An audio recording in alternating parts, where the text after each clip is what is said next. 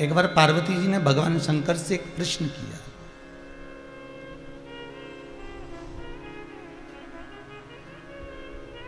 पार्वती जी ने भगवान शिव से एक निवेदन करा, एक प्रश्न किया कि हे भूत अधिपति, हे भूतेश्वर, हे शंभु, हे त्रिकालदर्शी, हे कैलाशी, हे अविनाशी, हे शंकर, एक मेरे मन में जो संशय उत्पन्न हुआ है उस संशय को आप मिटा दीजिए।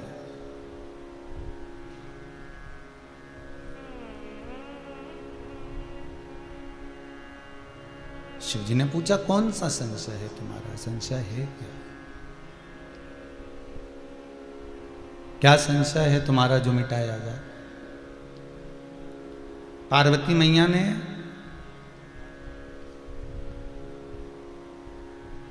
एक संशय शंकर भगवान के सामने ये रखा कि देवऋषि नारद को जो बंदर का मुख लगा है, देवऋषि नारद को जो बानर का मुख लगा है, बंदर का जो मुख लगा है, वो बानर का मुख, वो बंदर का मुख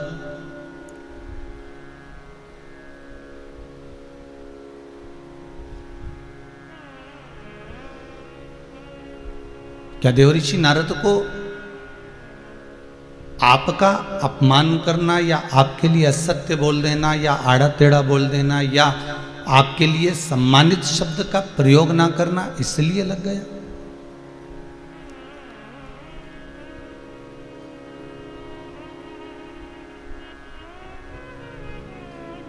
आखिर किस लिए?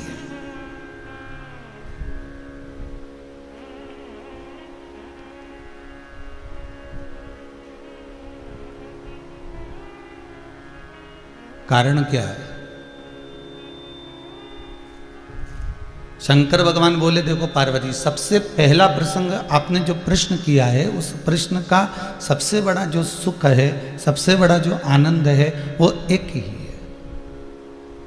ओम नमः शिवाय, ओम नमः शिवाय, नमः शिवाय, ओम नमः शिवाय, नमः शिवाय, ओम नमः शिवाय, नमः शिवाय, ओम नमः शिवाय, नमः शिवाय, ओम नमः शिवाय, नमः शिवाय, ओम नमः शिवाय, नमः शिवाय, ओम नमः शिवाय, नमः शिवाय, ओम नमः शिवाय, नमः शिवाय, ओम नमः शिवाय, नमः शिवाय, ओम नमः शिवाय, नमः शिवाय, ओम नमः शिवाय, नमः शिवाय, ओम नमः शिवाय।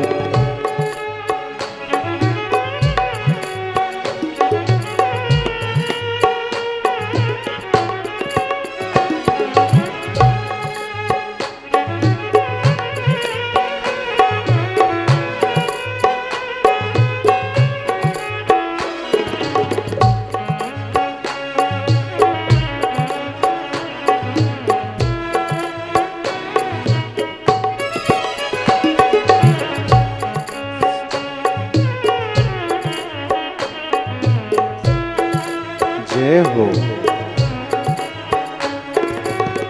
नमः शिवाय, ओम नमः शिवाय, हरे हरे भोले नमः शिवाय, नमः शिवाय, ओम नमः शिवाय, हरे हरे भोले नमः शिवाय, नमः शिवाय, ओम नमः शिवाय, नमः शिवाय, ओम नमः शिवाय, नमः शिवाय, ओम नमः शिवाय, नमः शिवाय, ओम नमः शिवाय, नमः शिवाय, ओम नमः शिवाय, नमः शिवाय, ओम नमः शिवाय, नमः शिवाय, ओम नमः शिवाय, नमः शिवाय, ओम नमः शिवाय, नमः शिवाय, ओम नमः शिवाय, नमः शिवाय ओम नमः शिवाय ओम नमः शिवाय नमः शिवाय ओम नमः शिवाय। ये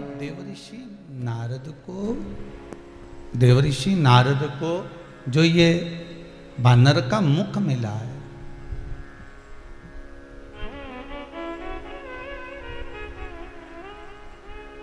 इसका कारण क्या है, क्यों मिला? केवल उसने आपकी निंदा कर दी इसलिए बानर का मुख मिला है क्या?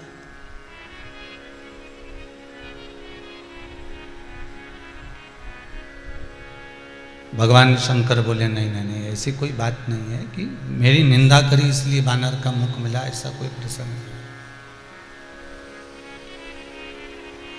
तो फिर कारण क्या है कि देवऋषि नारद को जो बानर का मुख मिला, फिर उसका कारण क्या है? पार्वती जी, आपने बहुत सुंदर संवाद किया है, बहुत सुंदर प्रश्न किया है। उस प्रश्न का उत्तर मैं आपको देना चाहूंगा।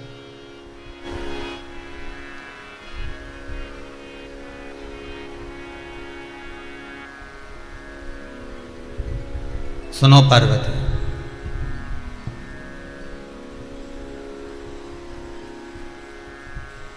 मृत्यु लोक में आने के बाद में, मानव का शरीर पाने के बाद में, इस संसार सागर में अगर मनुष्य आए, इस संसार सागर में अगर मनुष्य पहुंचे और आने के बाद में अगर कोई सतगुरु की शरणागति उसके जीवन में एक बार मिल जाए,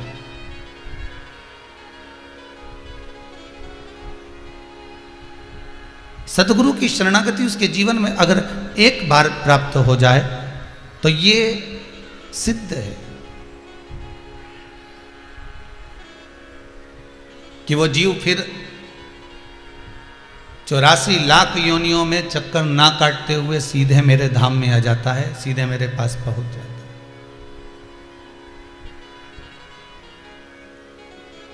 फिर उसको भटकना नहीं पड़ता।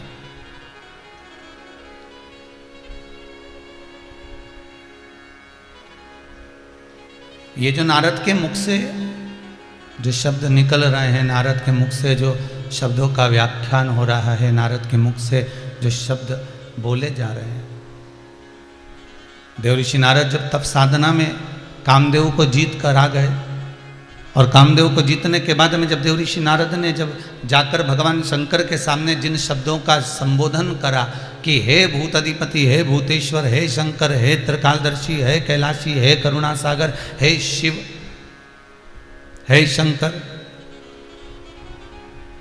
जिस काम को आप नहीं जीत पाए उस काम को मैंने जीता है। ये देवऋषि नारद भगवान शिव से कह रहे,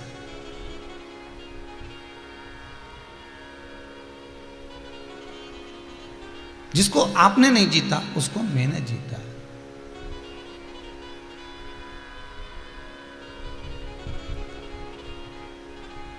तो पार्वती जी बोली, ये देवऋषि नारद का अहंकार ही तो था, ये देवऋषि नारद का अभिमानी तो है, जो इतने बड़े संबोधन कर रहा है कि जिसको आप नहीं जीत पाए उसको मैंने जीता है। शिवजी कहते हैं ये नारद का अहंकार, अगर देवऋषि नारद भगवान की भक्ति में डूबा होता या देवऋषि नारद कहीं सदगुरु की शरणागति को, अपने चरणारविंद को सदगुरु के अपने हृदय में बिठाया होता, तो यह पक्का है कि इन सभी चीज़ों से, अहंकार से वो मुक्त हो गया होता, तो अभिमान से छूट गया होता। डीले कम कर दीजिए भैया, वो अभिमान से छूट गया होता।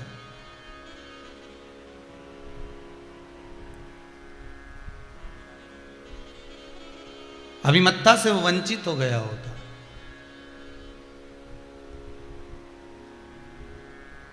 पर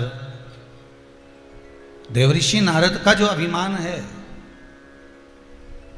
जैसे एक और सहज भाषा में समझिएगा, आप चाय पी रहे हो,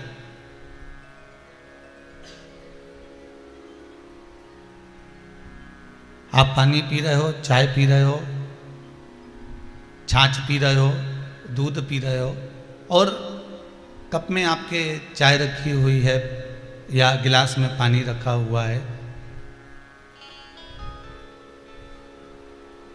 कोई सामग्री आपके पास में रखी हुई है, और कोई व्यक्ति अगर निकल कर गया और उसने आपको थोड़ा सा टल्ला मार दिया, धक्का मार दिया, थोड़ा सा हाथ का स्पर्श हो गया, थोड़ा सा छू कर चले गया और चाय झलक गई,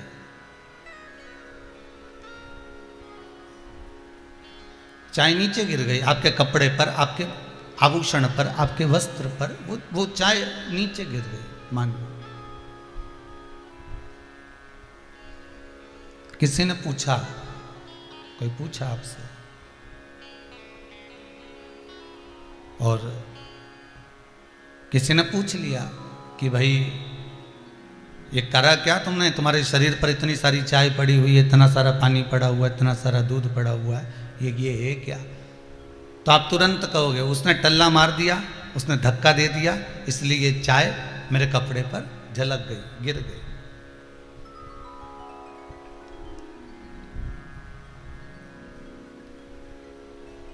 शंकर भगवान पार्वती से कहते हैं कप में चाय थी,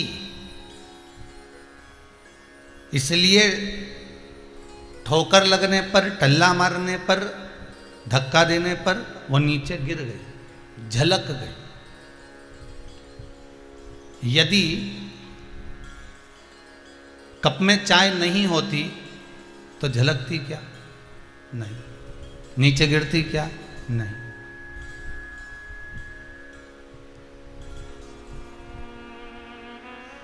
फिर वो झलकती नहीं, फिर वो नीचे नहीं गिरती। चाहे कितना भी लोग टल्ला मार कर जाएं, धक्का देकर कर जाएं, पर वो नीचे गिरेगी नहीं, ये पक्का।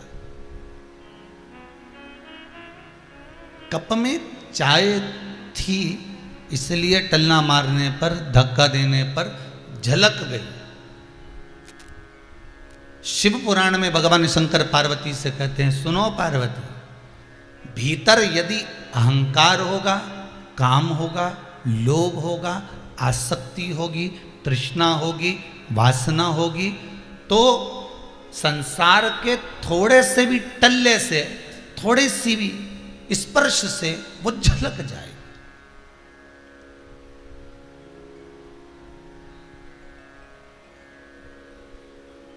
और यदि मान लो कप खाली है, यदि मान लो गिलास खाली है और उसमें कुछ है ही नहीं, तो फिर कोई कितना भी टल्ला मारे, कोई कितना भी धक्का मारे, कोई कितना भी स्पर्श कर कर जाए, कोई बाजू में से निकल कर भी चले जाए, तो वो चाय गिरेगी। उसमें है ही नहीं, पात्र में कुछ है ही नहीं, ना उसमें दूध है, ना पानी है, ना चाय है, बस उसमें चाय थी इसलिए झलकी।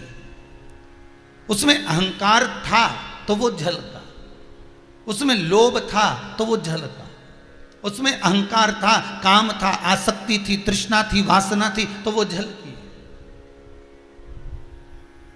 अगर ये आसक्ति, अगर ये तृष्णा, अगर ये काम, अगर ये लोभ नहीं होता तो वो झलकता कैसे?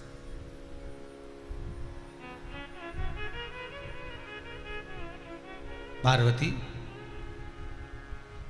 देवऋषि नारद जिस समय पर कामदेव को जीतने के लिए तप साधना करने बैठे थे, तब उन्होंने ब्रह्मदेव से जाकर एक संवाद कहा था। महाराज, अभी तक की शिव महापुराण में अपने जितनी शिव पुराण श्रवण करी है, पिछले वर्ष की भी देख लो, इस वर्ष की भी देख लो, आगे की भी देख लो, चाहे हम जितनी भी शिव पुराण श्रवण कर रहे हैं, उसमें ये जो संवाद आया है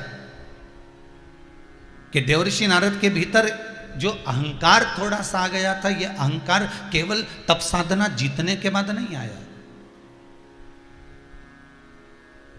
कामदेव को जीतने के बाद नहीं आया। ये देवऋषि नारद के भीतर थोड़ा सा अहंकार का बीज पहले से प्रकट हो चुका था।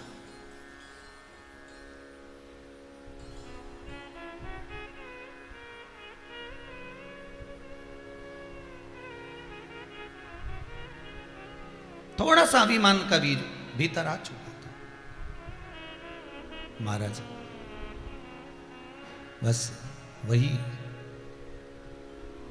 देवऋषि नारद उसी समय पर पार्वती से भगवान शिव कह रहे हैं, शंकर भगवान वर्णन कर रहे हैं, निवेदन कर रहे हैं, शिव जी वर्णन कर रहे हैं महाराज।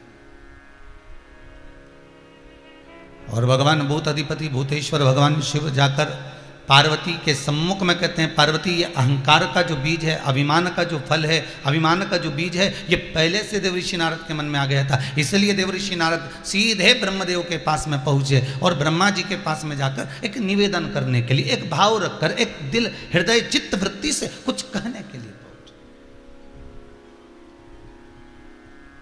अब आप किसी से मिलने के लिए जाओ, मान लो आप किसी के यहाँ गए हो, आप किसी से मिलने के लिए पहुंचे हो, आप किसी के यहाँ बैठे हो और आप जाओ, उससे मिलो जुलो, सब बात करो, पर उसमें अभिमतता के संबोधन ना आए तो सुख का भान होगा।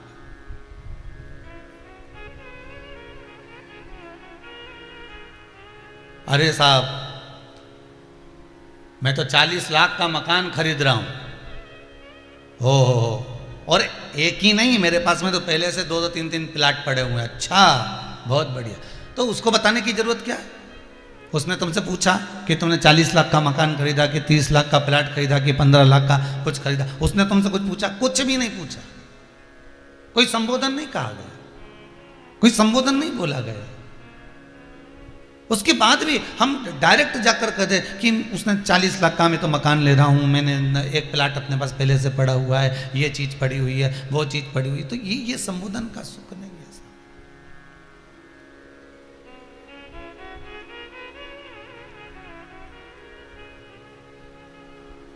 ये संबोधन का आनंद नहीं है महाराज। इसको सुख नहीं कह सकते, इसको आनंद नहीं कह सकते।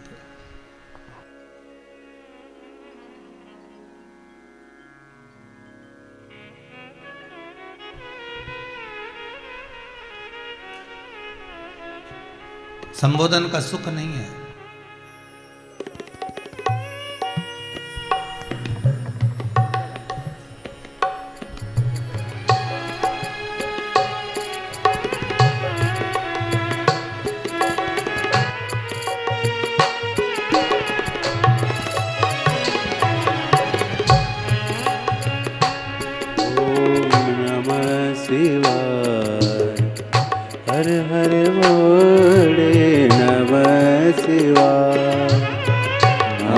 शिवाय ओम नमः शिवाय, हर हर ओम नमः शिवाय, नमः शिवाय ओम नमः शिवाय, हर हर नमः शिवाय, नमः शिवाय ओम नमः शिवाय, नमः शिवाय ओम नमः शिवाय,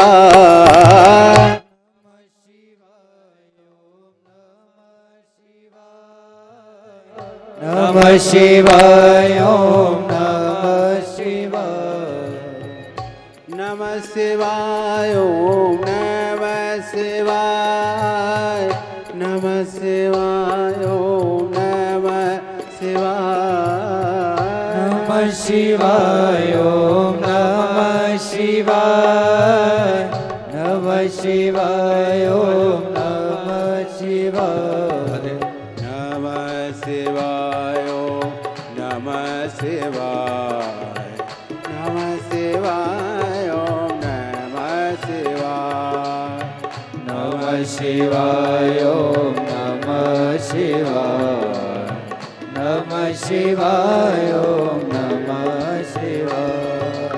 देवऋषि नारद,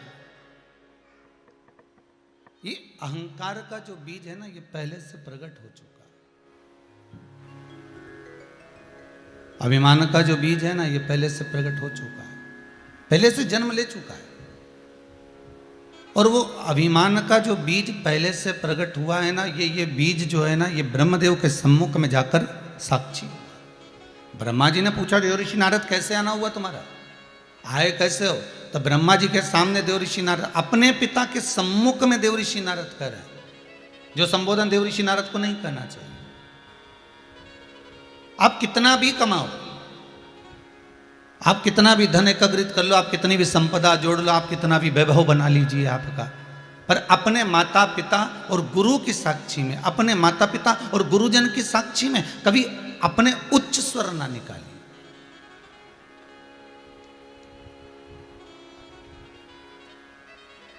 कभी ऊंचे संबोधन ना निकालिए।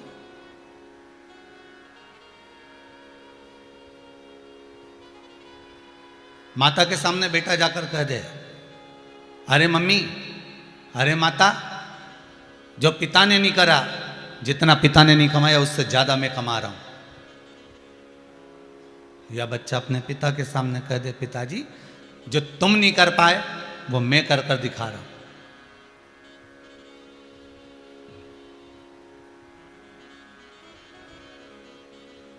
या किसी सदगुरु के सामने, गुरुजन के सामने भी अगर आपने जाकर बोला और गुरुजी के सामने जाकर कह दिया, गुरुदेव जो आपने ज्ञान दिया, ये जितना आप ज्ञान प्रदान कर रहे हो, इससे 4 गुना ज्ञान तो मेरे पास में है। मैं ना जाने काशी पढ़ कर आया, मथुरा वृंदावन पढ़ कर आया, ना जाने कहाँ कहाँ मैंने एकाग्रित कर लिया। सारा ज्ञान इकट्ठा करने के बाद मैं आपके पास में आया हूं, और वो भी गुरु मंत्र लेने के लिए। इसके सिवाय मुझे कुछ भी नहीं चाहिए आपसे, केवल गुरु मंत्र लेना है मुझे, उसके सिवाय मुझे कुछ भी नहीं चाहिए। तब गुरुजी कहेंगे, भैया अच्छा चेला मिला राम जी।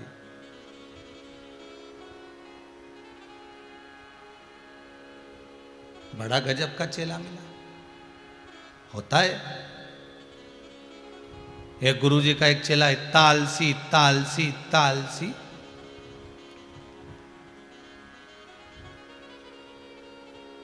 रात्रि को आश्रम में बिल्ली घुस गई, बिल्ली प्रवेश कर गई, और जैसे ही बिल्ली प्रवेश करी तो गुरुजी ने सोते सोते आराम से उसको आवाज लगा कर कहा, चेला, ओ चेला। हाँ गुरुदेव। देख तो बेटा वो बाहर जाकर जरा सा देखना, कमरे में बिल्ली घुस गई, आवाज आ रही है गुटर गुटर की, थोड़ा बहुत कुछ कर रही होगी, बर्तन हिला रही होगी, जरा देख ले। तो चेला आवाज लगा कर बोला, गुरुदेव मेरे को तो बिल्ली की आवाज आ ही नहीं रही है। गुरुजी ने कहा, अच्छी आफत हुई दादा। फिर गुरुजी ने कहा, बेटा बाहर पानी आ रहा है, गाय बंधी हुई है खूंटे से, उसको छोड़कर अंदर बांध दिया। चेला बोला, गुरुजी आपके होते हुए मैं किसी को बंधन से मुक्त कैसे कर सकता। गुरुजी बोले, गजब। अब आलसी तो चेला था,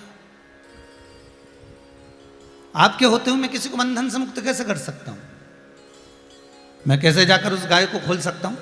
ये काम तो आप कर सकते हो, बंधन से मुक्त करना ये तो गुरु का काम है, चेले का नहीं। इसलिए आप चले जाओ, और उसको खोलकर अंदर बांध दिया। रात्रि हो गई, सोने लगे। अब नींद लगने लगी तो गुरुजी ने कहा, बेटा वो दिए की रोशनी को कम कर दे, थोड़ा दिया बंद कर दे।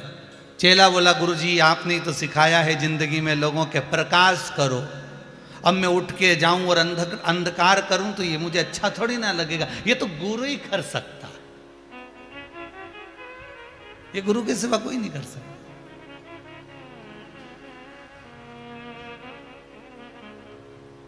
अब गुरुजी के मन में आया कि बताओ कितना आलसी है, रत्ती भर का काम नहीं करे, एक रत्ती का काम नहीं करे, अब आंधे खाने का मौका।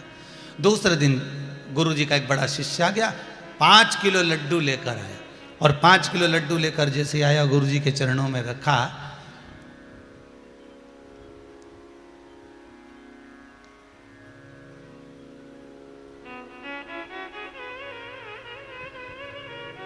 और रखते से ही बड़े शिष्य ने छोटे शिष्य को बुलाया, आओ महाराज आप भी थोड़ा सा मीठा खा लीजिए।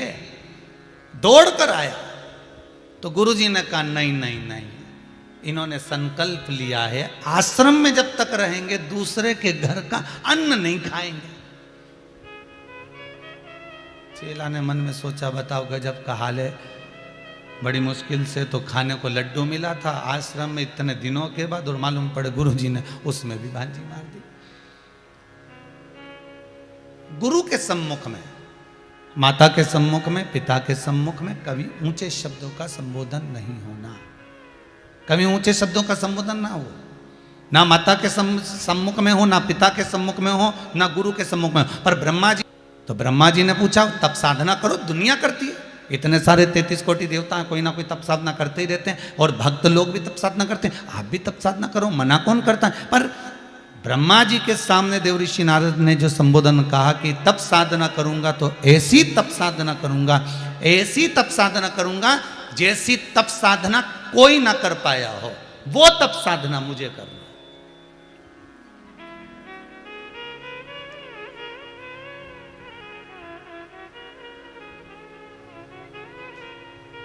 शिव महापुराण की कथा कहती है, जिस समय आपके चित्त में, आपके मन में, आपकी वृत्ति में एक बात आ जाए कि जो कोई नहीं कर पाया और किसी ने कर भी दिया तो उसका रिकॉर्ड मुझे तोड़ना है, उसका रिकॉर्ड मुझे तोड़ना है, ऐसी तप साधना मुझे करना है। शिव पुराण कहती है कि किसी को नीचा दिखाकर,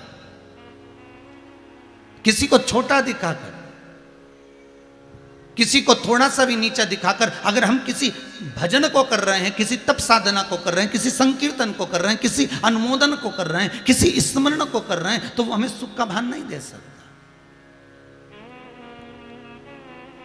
वो हमें आनंद की अनुभूति नहीं दे सकता।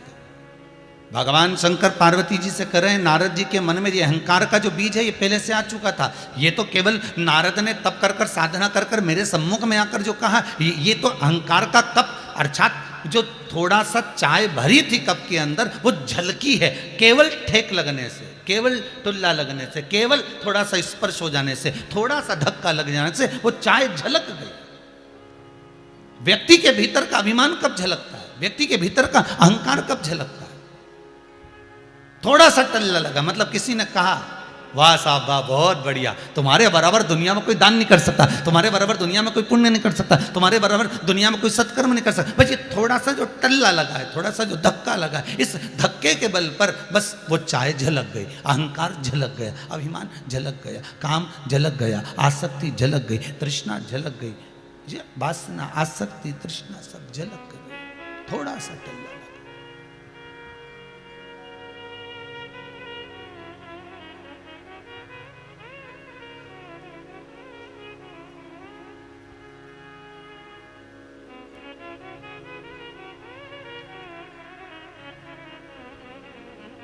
भाई पहले भी कहा आज फिर कर दे, पहले भी कहा आज फिर कर रहे। संसार के मनुष्य को यदि अभिमान आता है, संसार के मानव को यदि अहंकार आता है, तो उसको संत सदगुरु संभाल लेता है। गुरु को यदि अहंकार आए तो सदगुरु संभाल लेता है। सतगुरु को यदि अहंकार आए तो उसको देवऋषि नारद संभाल लेते हैं, और अगर देवऋषि नारद को ही अहंकार आ जाए तो उसको कौन संभालेगा? तो शिव महापुराण की कथा में पार्वती जी को शिव जी यही कह रहे हैं कि इसको कोई दूसरा नहीं संभालता, पार्वती उसको देव आदिदेव महादेव ही संभालता है।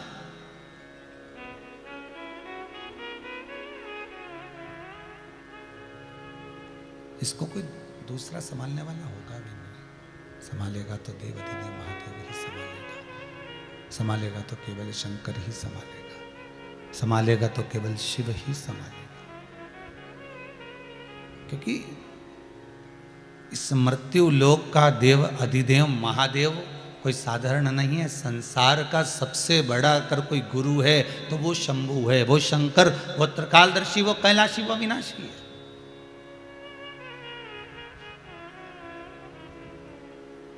पार्वती, ये नारद वंचित है गुरु मंत्र से,